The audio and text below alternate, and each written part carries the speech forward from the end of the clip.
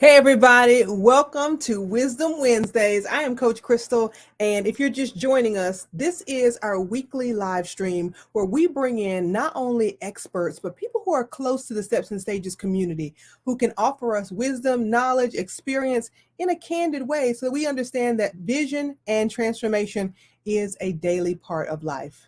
If you're just joining us, we're going to welcome you here with our Steps and Stages mantra that just says, a lot of things happen before this. And I guarantee a lot of things are going to happen after this, but we promise to be here with you now. Please be here with us now. Inside of the Steps and Stages community, we have three things that we really are three C's. They are clarity, confidence, and growth inside community. So everyone you see on this platform, everyone you see on Wisdom Wednesdays is not just someone who is a peripheral agent to Steps and Stages. These are people who come in alongside me and work with our clients to build visions and continue to take steps to the next stage of their lives. And I know that a lot of times we're talking about manifestation these days and we're talking about vision. And when you get right down to it, a lot of people's fears go right back to money. And so tonight I want to bring in my cousin, maybe not biologically, but you know what I'm saying? Like people that you know are kindred spirits. Dr. Rosché Brown, the doctor of rethinking. Welcome, Dr. Rosché. Hello, hello, hello. I'm so excited to be here. We're excited to have you. It's going to be fun times. Listen, y'all, like I just said, money is one of those things that we are all we think we're governed by, right? And so the freedom to think beyond what we see or think we're worth is a huge privilege. So I just want to let Dr. Rosché tell you who she is in her own words and talk a little bit about how the doctor of rethinking helps people move past their money mindset. Yes. So thank you again, cousin, for having me on the Steps Always. and Stages platform. Always. Well, my name is Dr. Rosché Brown. I am also known as the doctor of rethinking because I help people to remix their thinking so they can make money, manage money, and multiply their money. You know what I'm saying? Yeah, you heard it. You heard it. Yes. So you're trying to make it, you're trying to manage, you're trying to multiply it. That's Yes. what I want to help people with. But overall, I am a licensed clinical psychologist. I've worked in the field since 2006, helping people with depression and anxiety, ADHD, all those other mental health, diagnoses. Yeah. But I realized that money is all in there. When financial stress, your money not right, your whole mind won't be right. Right. Your mind not right. It'll mess up with your money. So they definitely go hand in hand. Right. That's what I like to help people with. Exactly. So listen, if you're new to the Steps and Stages platform and Wisdom Wednesdays at any time, no matter what platform you're on, Facebook, LinkedIn, YouTube, feel free to post your comments or questions and we will get to them. Here's the thing, Dr. Rosché, managing money for most people seems like a chore. Yeah. Oh, yeah. Right. Yeah. So let's talk a little bit about the discipline, the chore of the budget, the budget, shall we? Like, what are we getting? What are we really getting at psychologically when we think it's a chore? Yeah. Well, so it all goes back to, your early childhood experiences. What did you see growing up when it came down to money, right? So depending on your household, if people had a lot of anxiety and a lot of avoidance and a lot of shame and a lot of judgment around it, then you just carry that same, anxiety, shame, and judgment as you get older. Right. And so because nobody ever teaches us about how to budget, that's why we have more anxiety. And because we feel fearful about even asking anybody. Yeah. Right. So now you're older. You did messed up your money, did whatever you wanted to do with your money. Now you're 30, you're 40, you're 50. You're like, ooh, can I tell people? Yeah. Like, are they not going to, judge me for what I've done so far? Yeah. And so then it makes us even avoid it even longer. Right. Yeah. So the longer that when you start avoiding, the longer that you avoid, it even gets more difficult to even get back on it and even potentially have discipline. The discipline doesn't even take an effect because we really don't even have the know-how. Right. So it's like, first you got to know something before you keep on practicing it. Yeah. But a lot of us really just don't have a lot of financial literacy and really we just think we know how to budget. We don't even think so. We just be like, I know I'm supposed to write them down or something. Right. I think I got enough. Yeah. Right. Okay. So let's just go back. Let's do a little story time here, y'all. We're gonna be, this is family. We're really candid on this platform. I don't ever want people to think that I'm the person that has it all together and had this from the beginning. Okay. So let's just be clear. I grew up in a family that was basically working poor. And here's what we haven't distinguished in a lot of families is that there's poor, like there's po. And then there's poor, and then there's working poor, and then there's middle class. Yes. Okay. Right. And so I grew up in a family that looked like they were really stably middle class, but we were basically like the working poor. Yes. Right. I understand. Now, so really like thinking through that as an adult, I see, oh, this is where the money stress came from. Yes. Because what we looked like wasn't actually what was happening in the background. And when there's tension like that, then everybody, bears the brunt, right? Like you're saying, the kids, the parents, everyone, right? So I think this, right? My father lost both his legs in Vietnam. So, this is before people talked about PTSD. But when he didn't have any money, literally, he would not speak to anyone in the house. Right. I see that. Okay. That makes sense. So then, you start to equate like money with love and communication and acceptance, right? And I just want to say, like, y'all, you got to dig deep into your money story. Otherwise, you'll just keep doing the same thing. We've learned this from Dr. Rosché. Talk a little bit about the patterns. Yes. I mean, so I just think about a couple of things that just start popping in my head, things that I've experienced, but also, just hearing about, hearing other clients.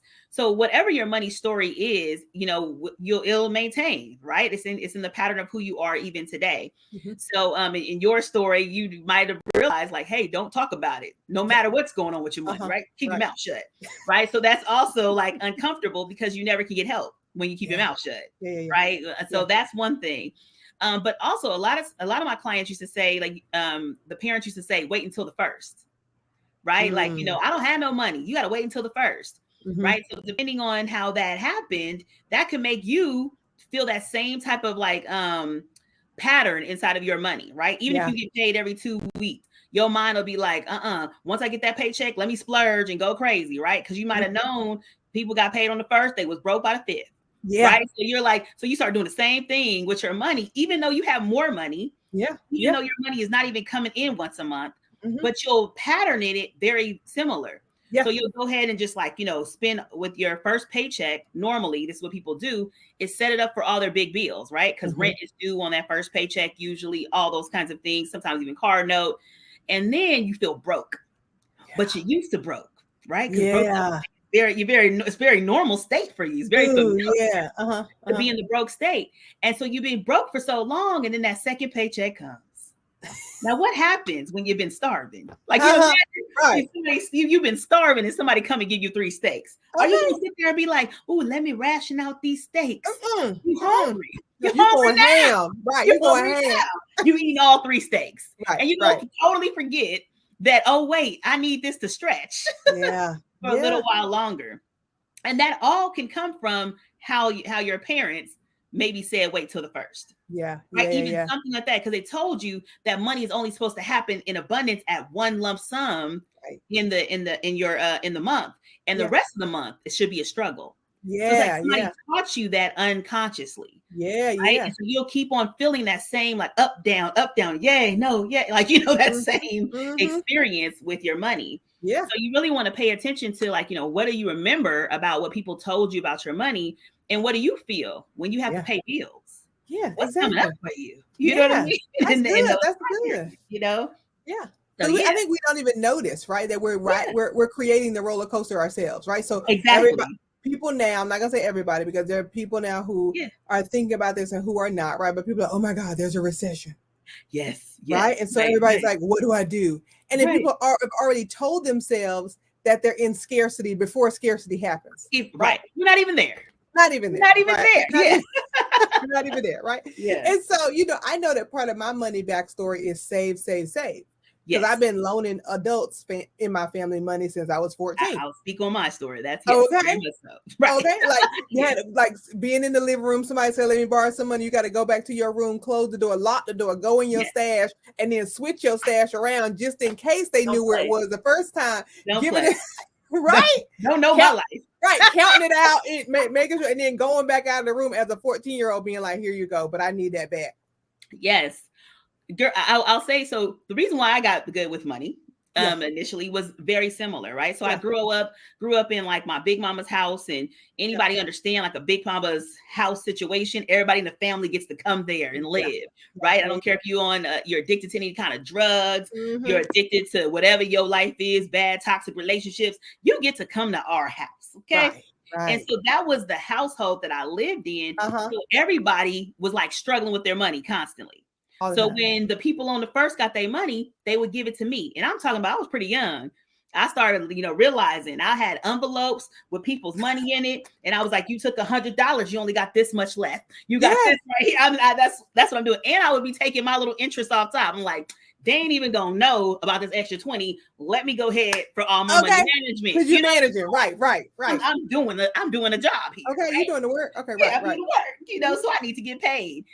So all of that is what I used to do as a kid. So I knew that I had to save. I had an aunt when I was younger who always used to go to the grocery store and never have enough money. And oh my God, it's one of my pet peeves even to this day. Yeah. I hate for people to have a whole thing of groceries and be like, I don't need that. I don't need that. And they start, putting stuff back on the shelf. Yeah. Oh, that gets on my nerves. Yeah. I need to have enough money just in case she don't have enough money so I can come out, because you ain't going to embarrass me at the store. Right. As a child. Right. Because embarrassment at a young age is so, it's so detrimental. It sticks to you so close. Oh my goodness. Yeah. I still can feel it. Like where everybody looking and everybody mad and frustrated in the line. They're like, because we got to take forever to be like, no, not that. Right. I'm like, why didn't you make any kind of running calculation while we were in the store? I could have brought my envelopes. What are you doing? Exactly. We didn't have calculators on our phone at that time. So it wasn't like this easy, like, right. No. Yeah. But that's the thing, right? That's the real work, right? A lot of times people are thinking that, if I just make more money, then I'll be okay. Right. No. But exactly what you're saying. Yeah. If you're not used to having money, if you don't have anywhere to direct the energy and flow of money, if you make more, you're going to spend more and still get back to your comfort level of broke. Exactly. Like more money just makes you more of who you are. Yes. Okay. Right? Let's just repeat that for the people who've never heard it before. Yes. More money just makes you more of who you are. So if you were irresponsible with $2, you're going to be irresponsible with $2 million. Yes, right. Yes. And we see that, right? We see that when people get lotto. We see people who are athletes with a big lump sum of money. We see it happening. Celebrities and artists go bankrupt because if you've never been taught how to manage your money when it was small, right? That, scripture says if you can be faithful over a little, right? You know what I'm saying? You can be faithful over a lot. Exactly. So if you've never learned how to really manage the little, you'll never know how to manage the lot. No, not at all. Not at all. And, a lot of it, as a trained psychologist, of course, you do this all the time, Dr. Rosché, but, we know that it goes back to self-worth. Yeah. Right. So like, if I want to dress myself up to feel better, then I'm not going to care how much it costs because it feels good. Yes. Oh, yes. Right? Yes. Like it feels good. So let's talk a little bit about how people's feelings go into factoring out their finances. Oh my goodness. So, and I say that this is the main issue of like most people's like money management is the feeling part, right? Yeah. It's like, I feel like I work so hard, so I deserve this Gucci purse. Right. You know what I mean? I may not be able to afford it. I didn't think that far. Right. But I feel like, I need this because I've been working so hard. Right. I call it that's the YOLO mentality. Right. YOLO. YOLO. Yeah. But then even it can be stuff that we do towards our children. Right. We feel like they should have because we didn't have. Right. For whatever reason, right? So we never had a prom party, and we never had the big graduation party. Right. We didn't have it, right? Yeah, all this stuff. So we want our kids to have it. So then we pour all of this money into them, thinking that, if I'm a better parent, that this is making me a better parent. Right. Based on how I'm doing, all these financial things, right? I'm buying them Jordans. I'm not getting no college fund. Right. I'm not worried about the things that's going to matter. I may not even be adding in discipline and, honesty and a whole bunch of other things that are more important as a parent. Right. But they look fly, right? They look fly. They might not have good character, but they look fly. right? And so we have to really pay attention to those things because our feelings really impact a lot of our behavior. So Yeah. that's why even going back as you're going through your money story, you want to think about what are some of those thoughts that come up for myself. Mhm. Just like you're thinking, it impacts your feelings, right? Like, Yeah. am I feeling a little like disappointed? Am I trying to like show out in some type Yeah. of way? Am I feeling depressed and I'm trying to feel something up Mhm. inside of me in some type of way? So you want to figure that out, like what's going on? Yeah. Then you need to look at your behaviors and say like, oh, okay, this is why I'm doing these things. Yeah. Yeah. Right? But we don't take a lot of self-inventory or really self-reflection as to what's causing our behaviors. We just Yeah. kind of autopilot, just Right. live it out.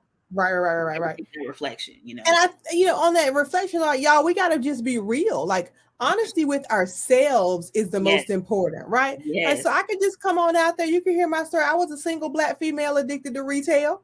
Had every, Kanye called it. I had every department store credit card. You couldn't tell me nothing. Yeah.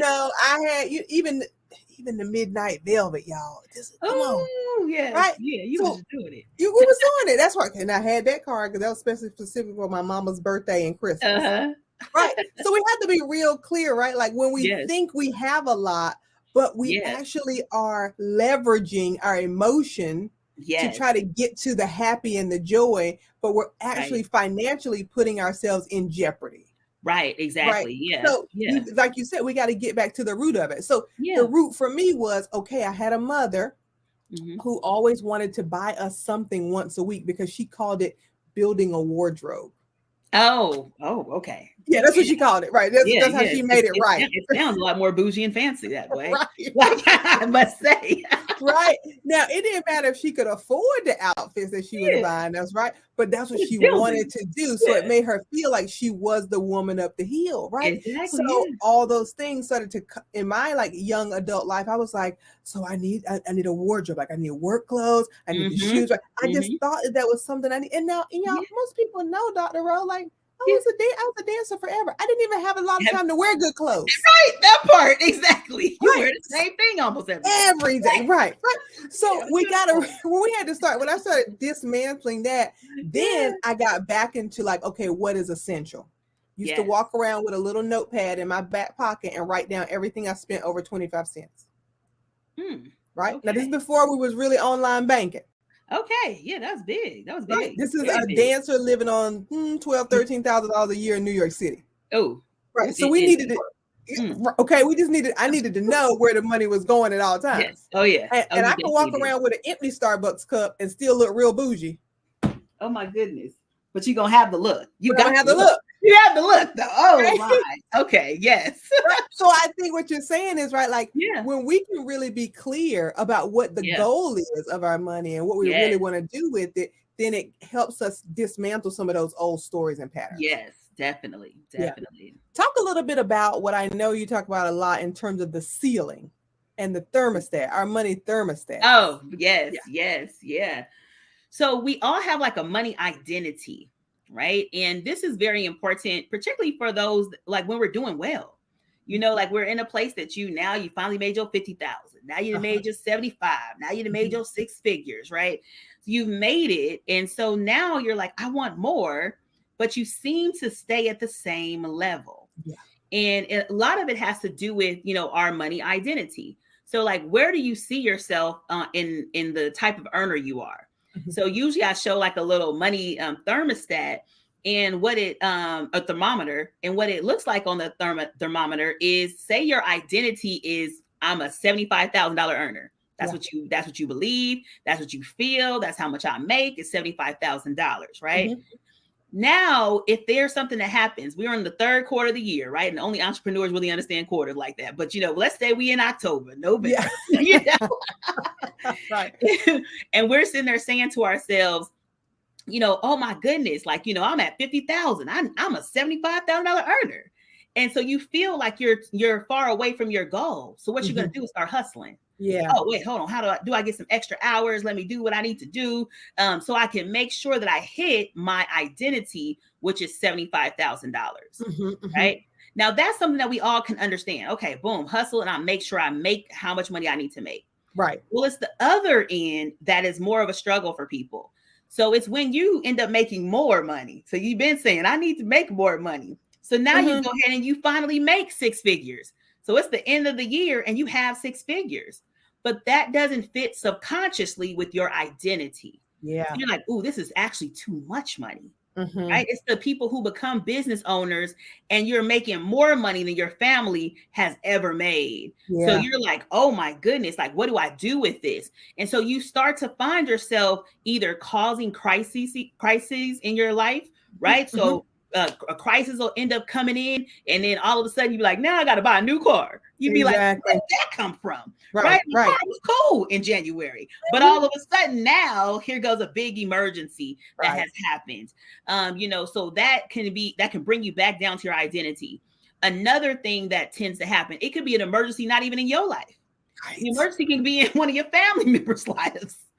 And now you feel guilty for Yep. doing well. Mm-hmm. Right? Like there's something inside of you that feels, like, oh no, to whom much is given, much is required, right? And we misinterpret that. So we want to Yeah. give it out to Yeah. everybody. So then Right. you've Right. given all your money to other people. And Mm-hmm. when you end up doing those kinds of things, now you're like, I'm back down to a $75,000 earner. Like Right. I'm back down to that stressful level, or back to that level that feels familiar to me, where I still feel a little bit of, oh, I need a little hustle inside of me. Mm-hmm. And it's Mm-hmm. like you Mm-hmm. can't even feel comfortable with the money that you're making, or even get to the place to make even more. Right. Right. Right. So Right. yeah, That's good. Right. Right. yeah, And in the chat, right. Exactly. Juanisha has an upper limit problem. Exactly, Rose. yeah. Right. So, right. We're getting back to here we are. Here's my old pattern. Here's Mm-hmm. my new comfort zone. And Yes, then I'm trying to grow. I want to grow. I desire to grow. yes. But there's information without instruction. And now I got insecurity. Say it again. That Right. people need that again. That's Oh, what I we might do. need it. I might need to write it down. Go ahead. Because Dr. Rose, this is why I tell clients all the time, we're in an infodemic. Yes, we are. That is Right? so true. We're in a So true. pandemic. We're coming out of that. We're in an infodemic where people are Yes, getting bombarded with information every day. And although yes. they think they're consuming good information without Yes. instruction, it just leads to insecurity. That is so true. Right? Because how many I might people? have to say, ouch, you might have hit me. That's Oh okay. my. That's Right. I okay. was like, That's you okay. might, ooh. I Okay. was like, Yeah, there we listen, you've gotten my thermostat together several times. So go. yeah, so Like, ooh, okay. right. Right. But the thing is, right, the consumption of information is the Yes. same thing we're doing with our money.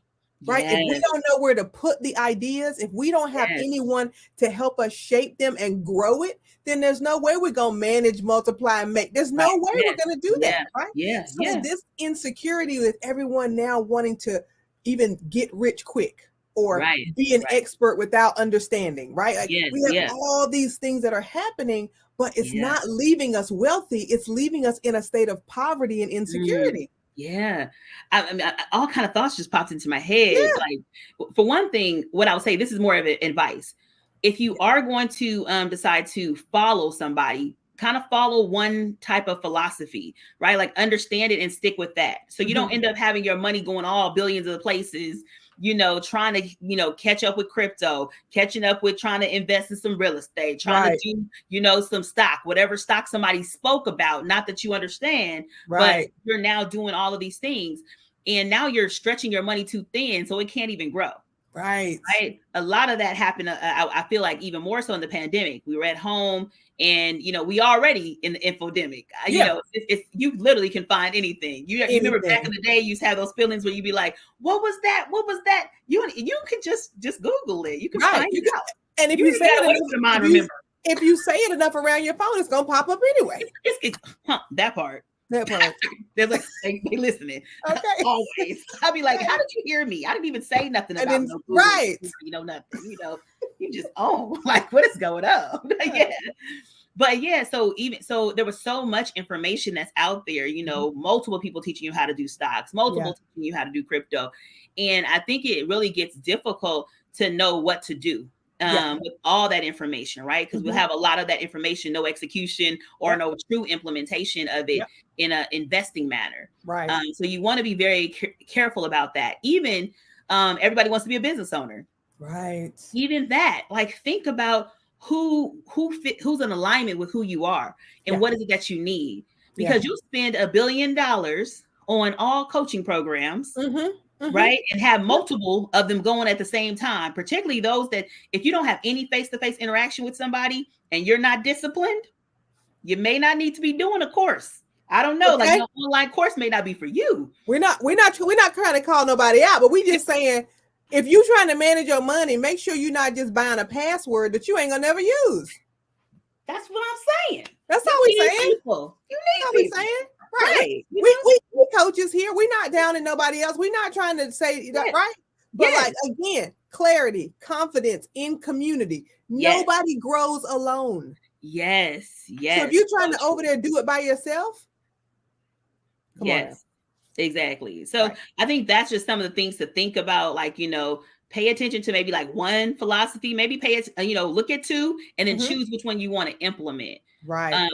Out of that, don't allow yourself to get so locked in with so much information that you don't do anything. But you also don't want to do things that spread you too thin that you don't understand completely. Right. You don't want to be paralyzed, right? By too much information, but you also want to verify that the root of the information you're getting is in alignment with your vision, right? I was joking earlier today on social media, there's an old Patra song. If you don't know who Patra is, she was the queen of the dance hall. Okay, okay, right. She said, if it's not in your vision, don't make no decisions. Yes. So that's another thing, right? There's so much information out there that we just want to pull it in because it's accessible, but it's not in alignment. Accessibility and alignment are not the same thing, y'all. You want to be making decisions that are in line with your vision, right? So here we are talking about money. Money is one of those things that really stops us from growing because while most of us have spent thousands of dollars on our formal education, when it's time to learn something we actually desire to know, we think it should be free, or we think it's not worth investing in.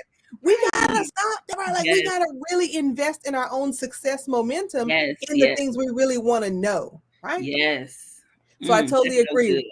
But I do want to just giving you a shout out as the vision coach. Okay. Right? How powerful that is, because a lot of times we are getting information, but we don't actually have a vision. Yeah. Right. Like, what is that? What is that? Why? What is that deep aspect of you that's going to even make you keep going when you don't want to go no more? Right. So even more so, like, why you need to have a vision. Like, I just recently, I just shared this, that I invested in some property, but it was on my vision board like 4 years ago. And I was like, I'm going to invest. I'm going to have extra money. I'm going to figure out some type of situation.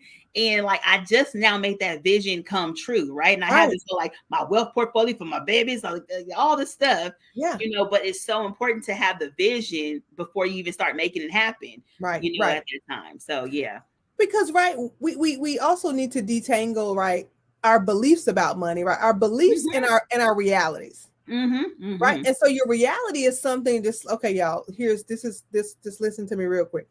Your reality is something that is constructed moment by moment. It is not something that someone dictates to you as a pathway. Reality is the combination of real action in focus, alignment with your vision. Let's be clear.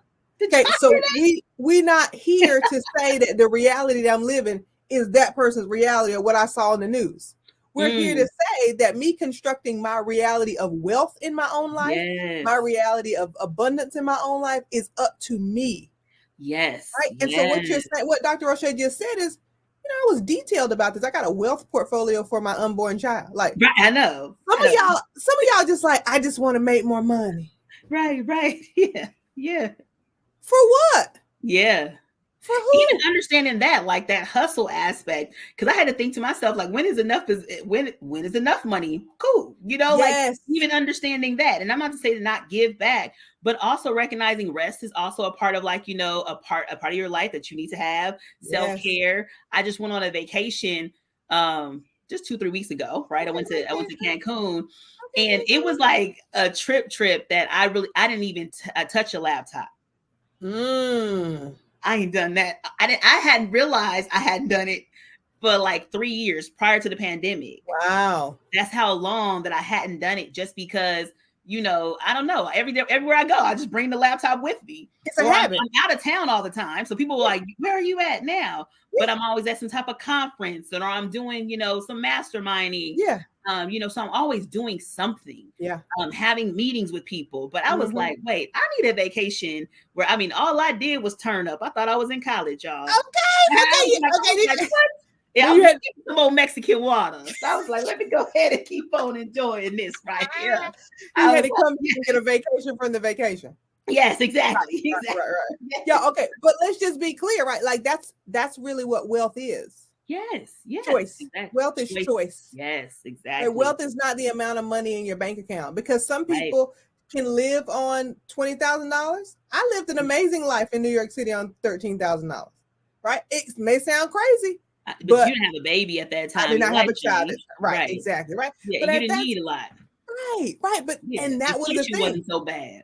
Right, exactly. So many things like and I'm good at shopping at the thrift store to this day. There you go. Right. Okay. And you're fabulous. You're already fashionable. Okay. So it's easy for people like you to do that kind of stuff. See what I'm saying? Yes. So it's that part too, right? Like sometimes we're judging our wealth barometer by what someone else has. Yes. What that person has is not even in alignment with your core values. So let's be clear about the numbers don't matter, but the energy matters. Right. So two things, Dr. Rosché. Let's bring it back for them, because I don't want people to get confused. Y'all, I don't want you to get confused about what we're saying. I want to bring it back here. We're talking about money, but we're really talking about energy. Yes. Yeah. Right. We're really talking about energy. And a lot of times people think that hustle equals energy. Like I'm putting a lot out, I'm putting a lot out, I'm putting a lot out. And when you're putting a lot out and exhausting yourself, and you're more invested in the hustle than you are invested in the holistic life you're building. Yes. Then again, you're going to find yourself in poverty in some area of your life, whether it be mental, physical, spiritual, emotional. Yes. Talk a little bit about where you find people, because you talked about it in the beginning, depression leads. Just talk a little bit about where you find people when their money alignment gets off. So, it depends, right? Because people come to me for different reasons, right? They might come specifically for the mental health. And then sometimes people come for the financial, concerns.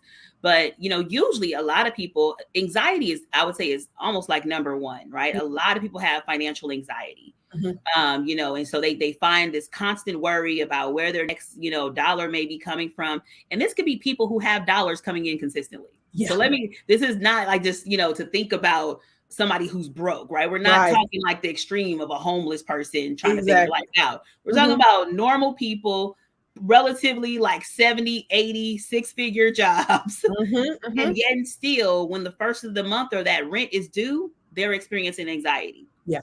Right. Yeah. So a lot of anxiety. Additionally, just even still thinking about more W-2 people who feel like there's more inside of them.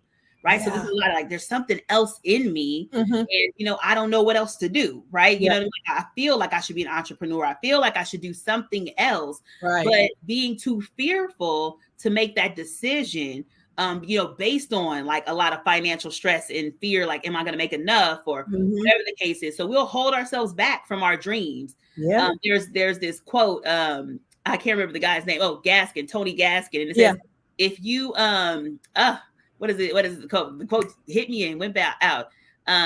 If you don't go for your dream, somebody else will hire you to live out theirs. Yeah, right. And that's not how it go, but it go in that kind of idea. Yeah, I know what you mean. And I was just thinking like, like if you don't really like think about what your dreams are and actually try to live them out, somebody else, all your W-2 jobs is somebody else's dream. Oh yeah. You know what I'm saying? And you're living it out for them. Right. To be successful and for their family to have a wealth portfolio, but you're forgetting about yourself. Yes. Right? So just like those things, I think is important. Depression is really also, huge. We probably all have experienced that, but it's really when life changes occur, right? Like let's say you're a 2-income household. This is what tends to come up in a lot of my clients is you're in a 2-income household. And then something happens, right? Even making decisions of making that happen, right? You'll stay in a bad relationship financially because of finances. Yeah. Please believe many people stay in bad relationships for way too long just because of finances, right? I live in California and it's barely, you cannot have a house out here on 1 income, right? So people will definitely stay longer than they need to stay. But once they make that decision, then that also can cause a lot of like financial, even depression around it, right? Emotionally, I feel free, but now I'm like struggling, Yeah. in taking care of my family. So Yeah. a lot of that definitely like happens when it comes down to people's areas of money. But even I'll see like money trauma. Like it could have been, I had a client one time who I think the grandpa passed away. Mm-hmm. And so when that happened, it was so much financial uproar in the family. Who's going to get this? Who's not going to get this? And Oh, right. Yeah, yeah, all yeah. those kinds of things. And so money for her was something she avoided just because she remembered money. She associated money in her mind with like, a whole bunch of like chaos Fighting. Yeah. and Mm-hmm. fighting and stuff like that. Right. So even the trauma of like your money story can easily come up as well. Yeah. Yeah. So Yeah. all of That's that, good. like, plays a part. That's good. It's like surrendering to, the thing you would love is paramount here in our practice, right? So we've Yeah. been using this guiding quote all year that you are only as strong as your readiness to surrender, right? So that Ooh, person you're talking about in terms of the W-2 yes. job that knows that something else is in them, right? If you don't bring forth the thing that is within you, it will kill you. But if you bring it forth, it will save you, right? That's not Yes. me. That's the Dead Sea Scrolls. That's Yeah. Thomas, right? But that's exactly what that means, right? Like if you continue to push it down and Yeah. not unearth your money story and not get clear about who you are, then Yeah. everything around you is going to feel like it's pushing you in one direction or another. Yeah. Dr. Rosché, we got a question in the chat. What is the most effective way to begin to narrate or discover your money story? So usually like the first thing I like to tell people is like, what was your first thoughts about money? Right. Mm-hmm. And just allowing yourself, this is like a journaling prompting moment. Yeah. Okay. And I know that, you don't have to do a whole lot, take a whole like novel or anything, but just remember like what was your like, your first, thoughts about money. That's Yeah. kind of where we kind of get started with. Now think about, who were your models. So once you kind of think about your first thought, you think about models. Who modeled money to you or Mm-hmm. didn't, right? And those are people that's in your household, whether that was a mama, grandma, father. It could even have been an older sibling, right? Mm-hmm. Like, what do you recall the most about that money story? Right. From those money like models or experiences, what do you still hold true today? Mm-hmm. Mm-hmm. So that's how Mm-hmm. you're starting to think about that, right? Like, like, Mm-hmm. oh, my first money story, one of my actual first money stories, this is a positive one, Yeah. was going to McDonald's and my mom would say, oh, only on my payday, right? And anytime we would go, it would say something, it'll cost whatever it costs on the like on the menu. Mm-hmm. But then it always would cost more once we got to the window. And I remember like, that is so weird. I was like, it said $2.99. I gave you $3. Why is there an extra quarter? Like, Uh-huh. so that's kind of like one of my first like money stories was understanding like, why they just gonna add extra money on there, right? Like, I didn't get it. This was, I was pretty young. And I Right. was, They trying to cheat us? Like, I'm trying to get like, why it's $3.25, not $2.99, right? So that was like, it's one of my stories that I always keep in my head around money. Yeah. I also saw these are I'm going from the positive. So Yeah. even my mom, she was really like, practical. I saw her like actually, subtracting in her checkbook. When she would use a check, she would actually use the little thing inside the check and say, oh, this is how much money I have left, right? The ledger. Balance ledger, Mm-hmm. and so those are things that I knew, and I was like, oh, so you have to pay attention to the money that was in there, right? So those are like the thoughts and kind of the my positive model, right? Because I told y'all I had a whole bunch of negative ones. Right. I'm just giving y'all a positive one. And so as I'm now older, I was like, what do I still hold true for myself, right? Yeah. And so what I still hold true from that experience in particular is like, oh, let me look and see what's in my account as I'm using it. Right. So I use money and I'm like, oh, there's this much left over. Right. So that is, part of my money story, Yeah. And so, but I also think that other people don't have, right. And that was also part of my money story because people and people always need. So that was because I also had people who were always asking me for money and everything. And so what I had to do, because I was giving because I thought that I should. Right. But then this is more of like me correcting that more negative, I'll say, money story. It's like, wait, like, well, how do I have boundaries around how I'm giving? Because I may give and not have for myself. Right. And so And like, then have no one to ask. and have no one to ask, Right. right? So is that also part of my money story? And do you need to do some correction?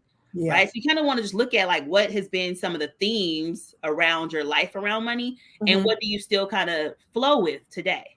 Yeah. Yeah. That's good. I That's hope that good. makes sense. Yeah. Yeah, I think so. It's a pro tip on how to break through or disarm the old limiting money story. Well, so identifying, it's always going Yeah. to start with identification, Mhm. you Mhm. know, and even identifying, what feels irrational to you right now. Like, what is like Mhm. not like, I shouldn't think this way, right? Uh-huh. And this is the time of just like doing some confronting, right? So I think I'm huge on journaling and paper. And I think it's more so because I think things need to be more objective. When Yeah. things are in our minds, they just swirl it around and they not always landing like we need to. But Right. even if you get like a piece of paper, notebook, and just, put it in half, like, fold the paper in half, Uh-huh. and do like, what are some of those thoughts and those themes that you noticed? And then on the other side is like, how would you like it to be? Yes. Right. Yeah. Right. What about this thought is not like giving life, right? You know what I Mhm. mean? And Mhm. not generating lights and Yeah. like good energy, Yeah. like even just the frequencies, right? Is it giving me more shame and guilt? That's like low frequency, Yeah. Right. experience. And how can it start to give me, if I said a different statement, what statement would give me more high frequency, Yeah. beliefs, right? Right. Like the Right. love and the joy and the peace, right? Like Exactly. how do I find that in my Exactly. story? Yeah, yeah, that's good. That's good, right? Because that's exactly what we're doing, y'all, in terms of building a vision. Dr. Rosché is always a member or a guest frequently in our life Yeah. mastery section and our mastermind, right? Because once we built the vision in that first 12-week program called Vision Builder, then we really want to put some rubber to the road. It's not a wish. We're not over here Yes. wishing. Yes. This is real work, right? And so Yeah. once we've done this work, we need to have fundamentals and people in place to actually help us continue to take those steps. Yes. So, Dr. O'Shea, we're not gonna keep you here all night. We got Yeah. like a couple more minutes. If Yeah. you were gonna give people a couple just side tips or just Mhm. a note to kind of live by in terms of unearthing your money story, creating a new money story, what would your advice be to people? Well, for one thing, do the work. We already kind of discovered like what we can do about the money story. Yes, Identify it, right? So that would be identify. number one. Uh-huh. And that's the more mental aspects. But also, start to become a little bit more financially literate, Yeah. because we don't learn about money. Right. And so don't be afraid to ask people around money, even if somebody is just doing well, even if you don't go and get a whole coach or anything of that sort. But if Mhm. you notice somebody's doing really well with their money, Yeah. be open to asking, for like, help around that, Mhm. and start to think, how can I start doing some of these things? Right. For yourself, like the regular budgeting tips that I tell people to the first start off is, one thing is track your money. So if you can, we're in the month of August. If you go back to July, go look at your money. What did you do? What It's did you it's do? the it's it's the most difficult. It's the most avoided. But it's not actually as bad once you started, right? Like it's like that Right. situation of just all procrastination. Something may really take you 5 or 10 minutes, but then you be like, dang, how did it take me 5 to 10 months to get it done? Right? Like Exactly. it's like we hold ourselves back. But if Right. you can track your spending, it just builds awareness, right? So Yes. that's when any kind of change that we're trying to deal with is that we're trying to build what we're not conscious of, right? We want to bring that unconscious to the conscious state, Exactly. Right. Right. So you like just kind of track and see like, hey, what do I normally do with my money? Mhm. And then, develop like, what do I anticipate to do with my money next month? Right. Like, Right. where's rent? Things that are going to stay fixed and going to always be there. And Right. what are some things that I may be looking forward to? Hey, there's a birthday party this month Right. that I'm going to go to. So Or we vacation. our vacation, Right. exactly right. I'm about to do too much on Right. vacation, So, Right. those things. So those are like the basic, money management tips. And then Yeah. as we start to get into the more advanced things, right? We want to make sure we have an abundance fund, Mhm. like, hey, I'm now putting money aside just in case something happens, right? Right. Sometimes people call it emergency funds, but we want to be in abundance, Right. right? Not in any state of emergency. Not in a state of emergency, right? We're manifesting good things to happen in your life, right? Yeah. And so you want to, have that abundance fund that you're good. You can make options, say, I don't want to work here no more, but Mhm. I'm in abundance. I can make a Yes. choice, right? Like Right. that's how we want to feel. We're in abundance, right? Right. And then of course, I actually have my shirt on. It's called Stand Up for Life. Okay. And so in my shirt, Stand Up for Life, we want to do those little bit multiplying techniques. Like, Mm, how are we going to invest in the future? You yeah. know, and one easy way to protect yourself and invest would be through life insurance. Right. Right. Right. And so September is Life Insurance Awareness Month, right? We're bringing awareness Mm-hmm. to Mm-hmm. the fact that life insurance is important and people need to invest in it, and you shouldn't be waiting to the last minute. And when you get No. older, the more older you get, the more expensive it gets. And Yeah. so we're not taught, especially for all of us who, and I'm just going to say, you know, that sisters like us, right, you Uh-huh. know, Yeah. Some a of the lot of working us are poor. not, Uh-huh. yeah, there a lot of us aren't taught, you know, to even do things for our future and build those wealth portfolios. Yeah. We just Yeah. started making money yesterday. Right. Right. Right. So we're like, I don't know what to do with the money afterwards. Right. Right. I done But had a little fun. Now what? yeah, exactly. Yeah. So Yeah. that's Yeah. definitely something to really consider is, you know, getting yourself some life insurance for the protection state. And then later on, you know, build more wealth portfolios, but get, you know, kind of stack it up. Let's get the budgeting together. Yeah. Then, you know, we want to get that, you know, life insurance investment together. Then you might do a Yeah. little extra investment on top, like, oh, I Yeah. got some stocks, you know, Right. what I'm saying? Then Right. you start Right. doing that. Oh, I'm about to get a property. You know, you want to just kind of build that state up. Exactly, exactly. Thank you so much for those practicals, y'all. Yeah. Here's the deal. All of that is driven by the life you want to create because we're not ensuring the life we currently Mhm. have or the one we used to have. We're ensuring the life of the future, right? Of the vision. So you have about 2 weeks, if you're really serious about building a life you would really love, to join the Vision Builder cohort. It starts September 12th. This is our last cohort of the year.